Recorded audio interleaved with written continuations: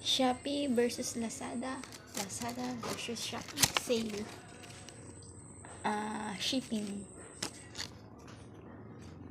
Kasi mas mabilis sa dalawa.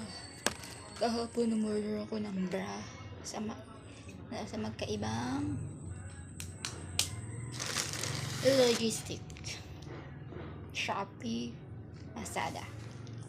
Umorder ako ng bra sa Shopee, 12.51.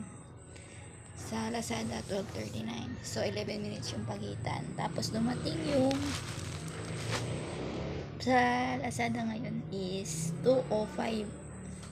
Tapos, 3:15. So, halos 1 hour and 10 minutes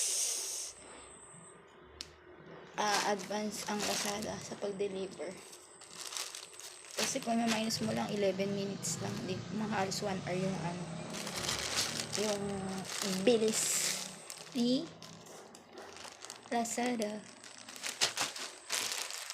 Buksan muna natin pa, 25 pesos.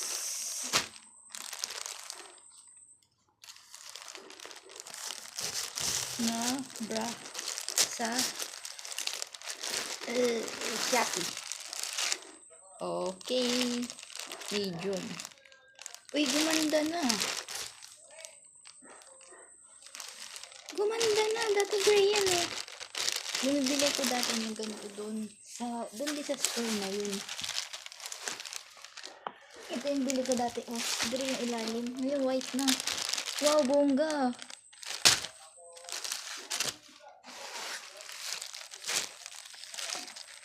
Ito naman ito yung isa sa Captain. Itong isa sa Umirare.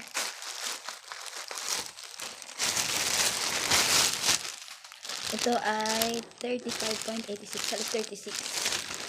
Ay, ang ganda.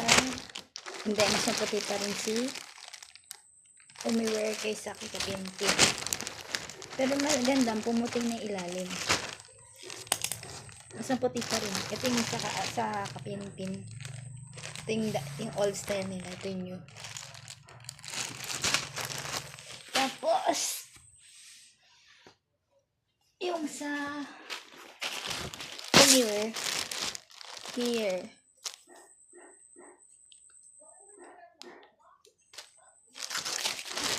Gumanda. Nag-improve yung quality ni Kapinpin. Galing. Nice.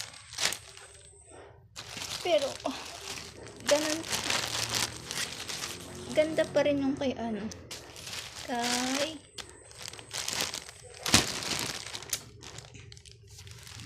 Umirare. Pag to-confirm mo sila, mas maputi yung isa, yung Umirare to. Ito, sa right hand ko is Kapinpin. Wow. Hindi nagtapatalo. Pero mas mura si Kapinpin. Ang kaibahan kay Kapinpin is hindi natatanggal yung ganto. Samantalang kay Umirare, pwede mong tanggalin.